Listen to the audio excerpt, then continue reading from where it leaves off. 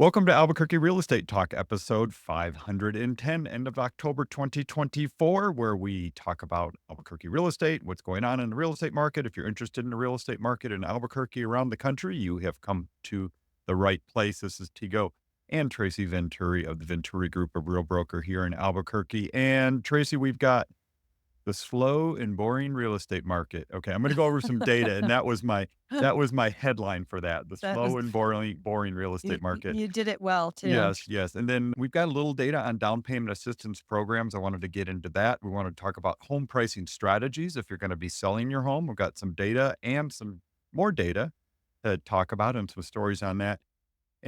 But Tracy, I Of think we're going to course. start with the scary myths about home buying and home selling because, we got to do that. It's the end of October. Yeah, well, so Halloween's next week, Yeah. right? So we want to do that, but first let me give everybody a reminder about our team. So we are a team of realtors that work together to help with residential real estate and land. And we have people on our team that specialize in working with home buyers. We have others who specialize in working with home sellers. And we have crossover, right? Many of them work with both buyers and sellers. And some of us really specialize in vacant land and working with new construction and with builders. So we kind of got you covered when it comes to residential real estate. And if you need commercial real estate help, you know who to go to, right? Yeah. Oh, or we can help you get Well, I connected. think that's, yeah, it's we can help you find somebody. And, the thing that's interesting about commercial, when we talk real estate, everybody, kind of lump it together, but, residential real estate is one area, right? And then you've got vacant land on the residential side that we deal with a lot. But commercial real estate's a whole nother animal. And there's a whole bunch of different little niches and specialties in the commercial world. So With one commercial broker may not understand, let's say leases, retail retail or lease, or leases or yeah, anyway, our apartments is different than commercial warehouse, for example. Yeah. which is why I said they know Walt Arnold. Walt Arnold is a go-to, and he Right. can help them get connected with the right person for commercial real estate Yeah, for sure. because, like you said, they often are very segmented in what they work in. Sure. So, Yeah. talk about don't be spooked, 5 scary home buying and selling myths, Okay, Tigo. let's hear Okay. them. Well, the first one is that you Only need 5? well, that's all we're gonna cover today. Okay. Too much else, but it's sort of, on topic. We Okay. gotta go with, Number 1 is what? the myth is that you need 20% down payment to buy a house. Our listeners know, Tigo, right? They know that there's down payment assistant programs here in New Mexico that local lenders can help them with. Typically, out of area or national chains don't do those down payment assistance programs that are state funded. But, you don't really need 20% down. A lot of our most used loans are 3 to 3.5% down payment or of 500 or 1,000 out of pocket if you qualify for those programs. So just talking about that, so we're still on number 1, down payment. A lot of people think it needs to be 20%, which you get the best rates and it's a little cheaper if you do 20% down, but it really isn't required. One of the stats I saw was that there's about 80% qualify for down payment assistance program that are home buyers or first-time home buyers. Only 13% take advantage of those programs. There you go, being a statistician again for us. Yes. So, myth, if I have student loan debt, I can't buy a home. Yeah. Myth, right? So, I have a stat for that. It is possible to buy a home even with student loan debt. Nearly one quarter of all home buyers and 37% of first time buyers have student loan debt. So, there you go. Yeah. Yeah. Okay. What's Myth, your next one? it's going to take forever to save for a down payment. Right. We Well, kind of talked about that. yeah. Well, and then let's just hit on the down payment programs again. In New Mexico, there's the Mortgage Finance Authority. Oh no, what are they called now? They're a different name now, but there's down payment assistance programs through the state, even local. There's the Native American loan program. There's a VA loan program. There's rural area programs, USDA. Those aren't necessarily down payment assistance program, but USDA and VA in particular, those are zero down programs that are available for people. Okay, next myth. Yeah. Not a good time to buy because home prices are gonna crash. Yes. The reality, while, we can't foretell the future 110%, just like we didn't know COVID was gonna hit us like it did, which made home prices go crazy up and mortgage rates go down. Home trends and what we Can know. I just remind people that at the beginning of COVID, there was a bunch of people saying that home prices are gonna crash 30%, and I was one, like, person out there. I'm sorry, I'm bragging a little bit because I was one of the few out there saying, "No, no, why?" It's like, why would home prices suddenly crash? And of course, we know what happened. It ended up being the opposite. A frenzy. Yeah, so the myth is it's not a good time to buy because home prices are gonna crash. Do you wanna tell us about that? Well, in there's a home price expectation survey that's done that looks at a bunch of different economists. And just to give you the short of it, nationally, the expectation is 4% per year over the next 5 years, if you averaged it all out. That home prices are expected to still go up on average 4% a year over the next 5 years. So Correct. 4, 4, 4, 4, 4. Correct. Correct. That's a lot That in is a lot. 5 years. And of course, some markets will go down, some markets will be more than that.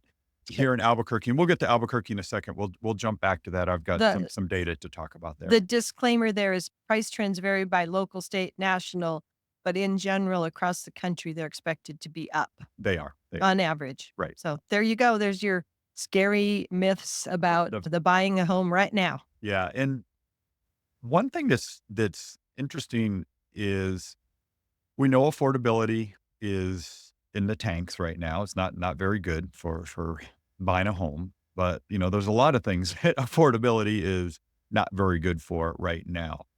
That just every indication is that home prices will continue to go up just because supply and demand. That has not changed, and that dynamic is there's nothing on the horizon that's gonna say that suddenly we're gonna have this flood of supply and low demand. There's Right. nothing that's gonna push that. So there's nothing that makes me say, "Okay, all of a sudden we're gonna have a home price, decrease." Not seen it. So there's some data out, Tigo. I know you did a lot of number crunching on time on market, prices, what things sell for based on how long they're on the market. So Yeah, what got me homes down this sold. Yeah, yeah, it got me down this rabbit hole, Tracy, of all right, I started looking at data on what the list price to sale price ratio is. So that's from, what the home was listed for to what it finally sold for, the percentage, the spread. And it got me down this whole thing of, pricing strategies and different ways to make sure you're maximizing your sale price when you sell. So Tigo, does the number of days somebody's on the market to getting an accepted offer vary on how their final sales price turns out? Well, it does, and that was the data that jumped out at me when I started looking at it. If you look at the homes that have sold, and this is over the last few months just here in the Albuquerque area, homes that sold in 30 days or less, meaning they went on the market, went under contract within 30 days or less, not the final closing, but actually the day that it goes off the market once the price has been negotiated. Once they've accepted an offer. Yeah, it's 98.5%. So So you're saying, 1.5% discount basically off of list price from the okay, original list price. okay. So 30 days or less on the market, people are paying pretty close to full price. Correct. Correct. 1.5% discount on average from list price. So on a $400,000 house, sorry, I'm going to do the math real quick. Well, that's about 1.5%. $6,000. You've already done the math. Well, I just did it in my head. I think I got that right. I'll try. Let me check. Yeah, Let me check $6,000. you. Yeah. So, $6,000, Tiga. Okay.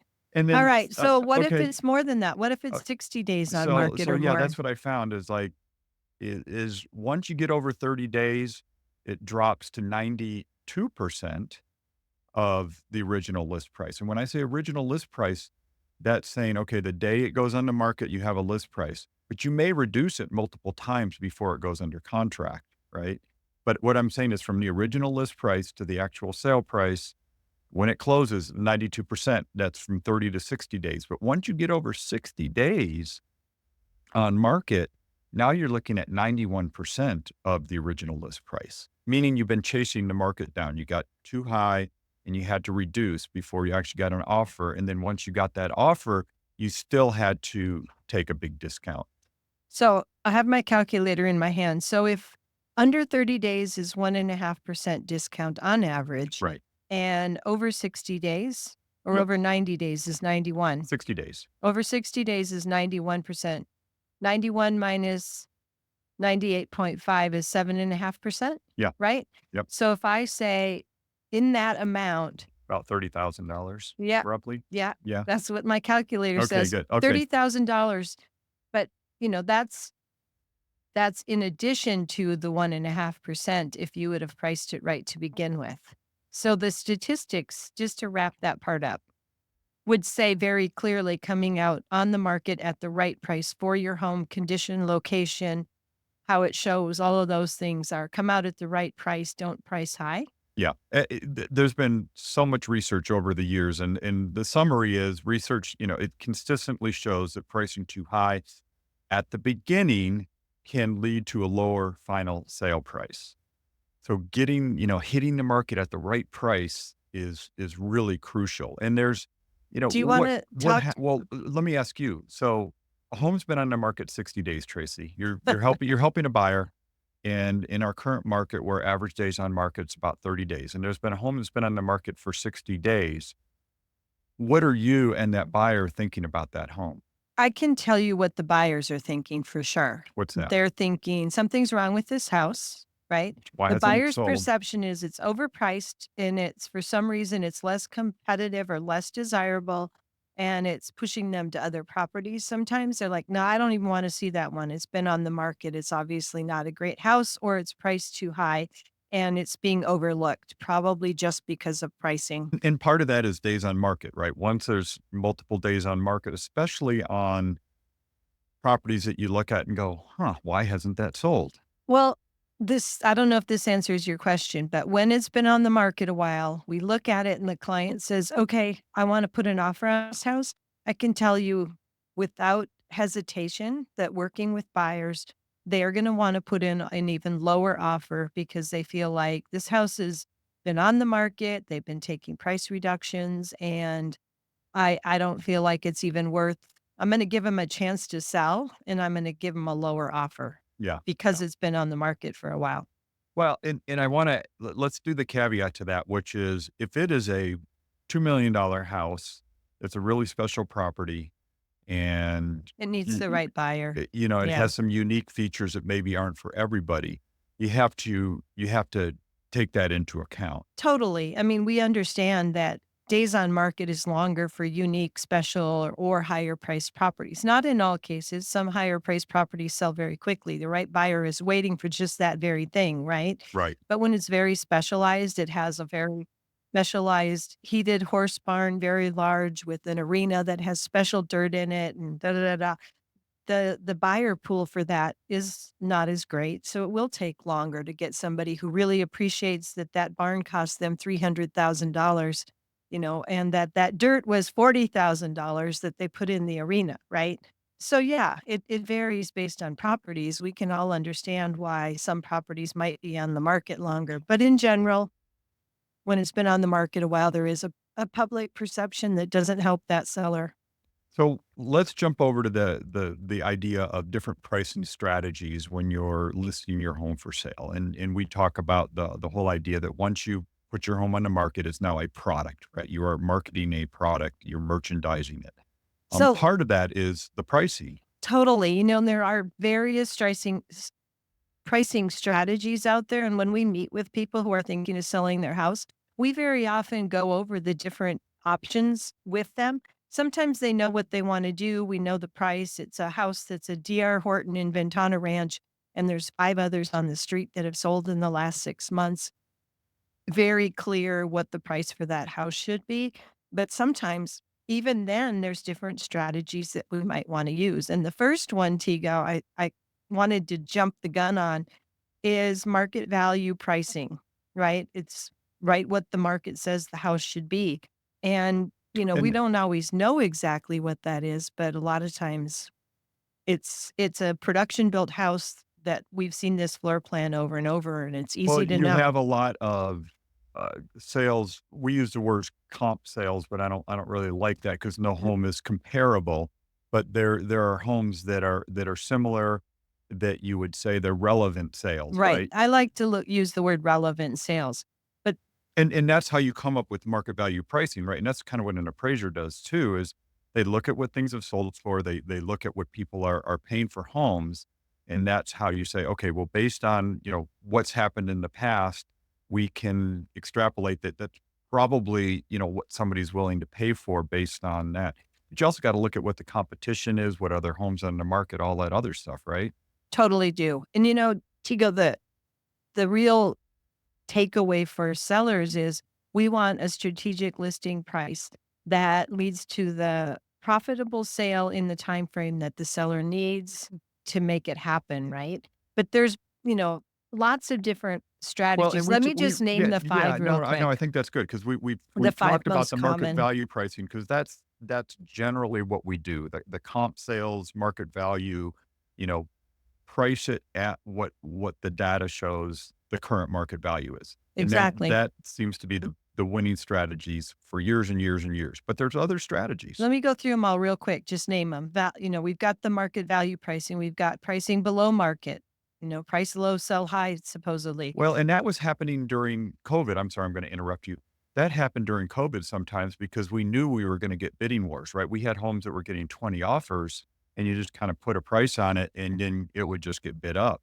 Well, sorry, I can't just leave it there. We wouldn't put any like low price on it. We would I understand. strategically say, hey, if this house is worth $300,000, we're not going to do 299.9. We're going to do 300 because it's going to show up in people's search results more because all those search engines out there go in increments. So if it's 300,000, it's in the 275 to 300 range for searches as well as 300 to Well, that 325. that's gonna contradict something you're gonna talk Well, about in a second. Okay. So I've anyway, got the psychological pricing, okay, but okay. So yes, so number 1 was market value pricing. Number 2 is price below market value, create bidding war, create demand. That does take quite a bit of marketing to for that strategy to work well, because just because it's below market and nobody knows about it, you're not gonna create that buzz and that energy and that auction effect, right? correct. And that's part of the conversation with our sellers is what we do when we're going to price it a hair under to make sure theirs is the next one that sells, but also that they get top dollar. Got it. The next overpricing with room to negotiate. The one after that is psychological pricing and then tiered pricing based on market feedback. So let's go back to overpricing with room to negotiate. A Okay. lot of clients we talk to, especially that it's been mostly a seller's market for the last year or 4, are thinking, "Well, let's overprice it." Somebody and not they're not saying overprice it. They're saying, "I'd like to be at the top of the range, and I'll Well, leave room to negotiate." the other thing that can happen there is they're pricing it not based on what the comparable sales or the relevant sales are. They're basing it on what they have invested in the house, and maybe they've overinvested in the house, or they're basing on what they need to net to make their next move. And I totally understand that, but the market doesn't care. Right. They really don't. But yeah. So, listing a property above market value with perhaps leaving negotiating room to help a buyer feel like they got a deal. We know that this typically isn't a good strategy. A lot of times we're chasing the market down when we start too high. Especially this time of year. Yeah, and we don't have people comfortable. A lot of buyers aren't comfortable with negotiating hard to get the right price for them. They just pass. They don't make the offer because they just assume that they're not gonna get it at the price they think the house is worth. So it sounds good, but it's really not. One of the real estate experts from the company Homelight notes that price reductions can make a property seem stigmatized or less desirable, and that's potentially what happens when we price too high to start with, right? Yeah. Psychological pricing, I talk about this all the time. You love this one. Well, I talk about it in our team trainings probably every Absolutely. week, right? Yeah. This is like setting a price below a round number, like I call it Walmart pricing. You don't see Walmart saying this is $3. They say it's $2.99. Gasoline isn't $3 a Is there gallon. anything you can buy at Walmart for under $3 anymore? Yeah, there is. You don't go to that store, remember? I'm the one who does all the shopping. Gasoline is always ends in a 9, Nine right? nine Yeah, they don't say the gas point is nine. $2 a gallon or Yeah. $3 a gallon, it's 0.99. So, psychologically, it sounds a lot less. $2.99 sounds so much less than $3. So a house at 299,900 sounds so much less than I wish 300,000. we had a whole bunch of homes for 299, 900 in the Albuquerque area. They're Unfortunately, out we don't. there, They but are. They they're are. not on the market right now. Yeah. Yeah. Tiered pricing is starting with a competitive price and adjusting based on the early feedback. So we do that quite often too. We say, okay, if we don't have offers or a lot of interest and a lot of showings within the first 2 to 3 weeks, we're going to need to come back and relook at that strategy. Yeah. And that's very common. And that combines what we talk about first, which was the market value pricing. Like you said, you may want to, try it a little at the higher end of that range.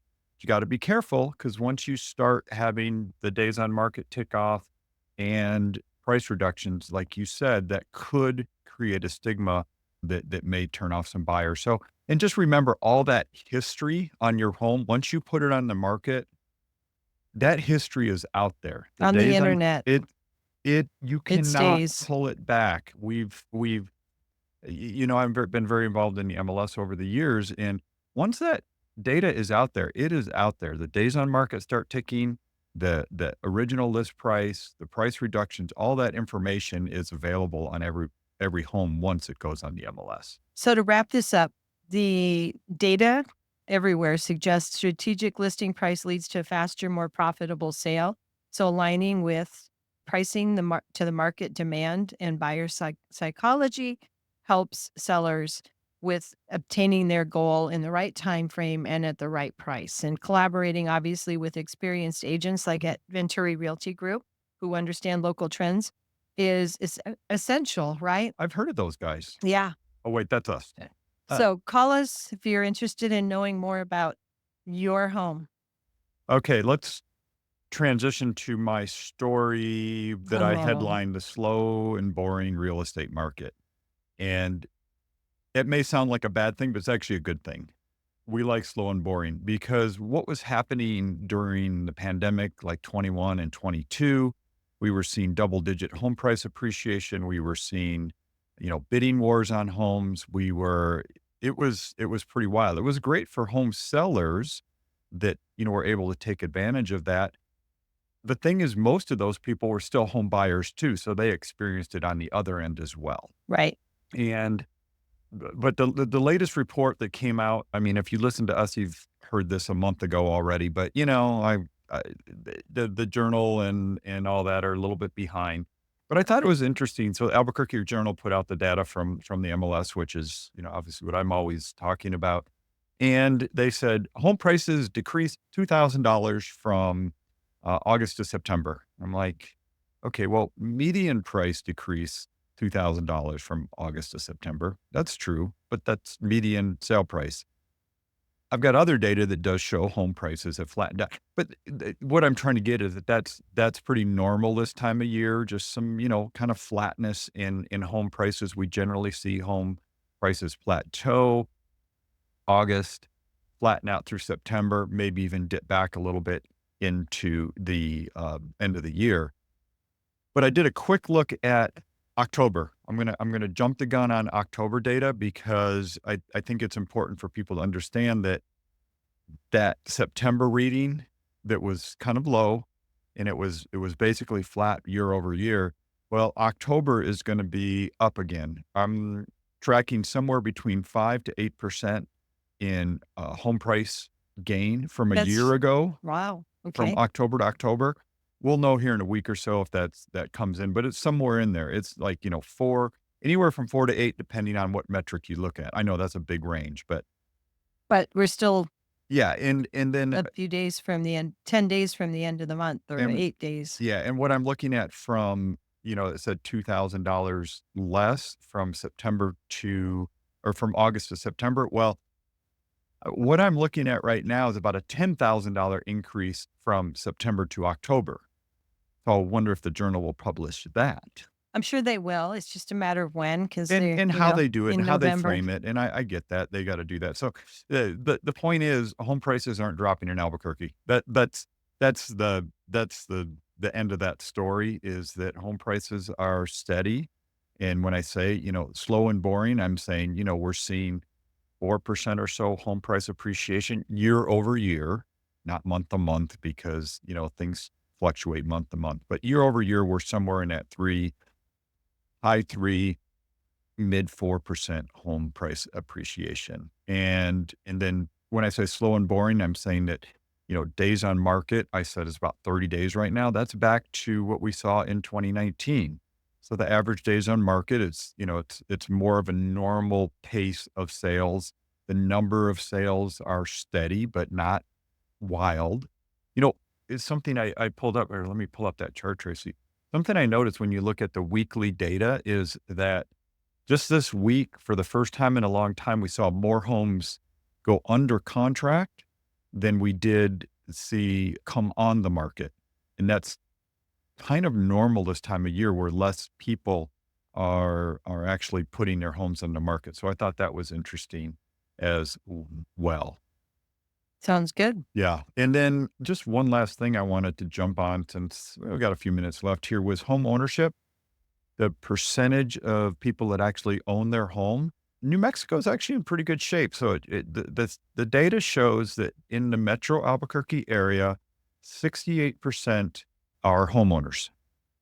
That's good. That's pretty good. Especially because I can see the heat map. Yeah, I mean, if you look at Dallas, it's 59. 59%. You look at LA area, it's only 48%, less than 50%. And that makes sense in LA. It's a renter city, I mean, I'm sure New York's the same. What does New York say? About 50%, same I thing. I can see the heat bubbles, and it's all those big majors: Seattle, Portland, Yeah. Sacramento, San Jose, LA, Yeah. Dallas, and Houston, and Miami. Yep. Affordability in all those cities is pretty tough. Yeah. Austin, 58%. But how do we compare to some of our kind of markets? So, like I said, we're 68% in Albuquerque home What's ownership rate. Phoenix, Tego? Phoenix is 57%, so about the same. Tucson, 60, 50, 65. yeah, 65%, Go a little back bit up to less, Phoenix. I think you said it wrong. 67%. 67. Yeah. What Yeah. did I say? I'm not sure. You might have said it right. Yeah, I said, yeah, so it's 68 here, 67 there, so it's about the same. What about Denver? Denver was a little bit less, 63%. So, Is Santa Fe on that map? yeah, Santa Fe is, and Santa Fe is 68%, so about the Same. same as us. The Farmington market, 70%. I'm not surprised by that. 73. Yeah, 70. yeah. You rounded down. I know, I know. Cruces, 66%, Las Cruces. So, it's good. It's good to see that we still have strong homeownership rates in our area, and we're not turning into 100% renter city like some markets. But yeah, just another little piece of data out there. If you want to keep up on what's going on in the real estate market, you can follow me on my Facebook and on YouTube. It's the Venturi Realty Group of Real Broker. So you And don't follow you on Facebook or YouTube. sub- You subscribe. subscribe. Go subscribe Subscribe. to that YouTube channel. It's got all sorts of great information. Well, I do the one-off, little data points that I find over time, or, every once in a while. I put those on my Facebook, so you can check it out there. It's open. You don't have to friend me. You can find me. It's Tego, Tego Venturi. Pretty easy to find.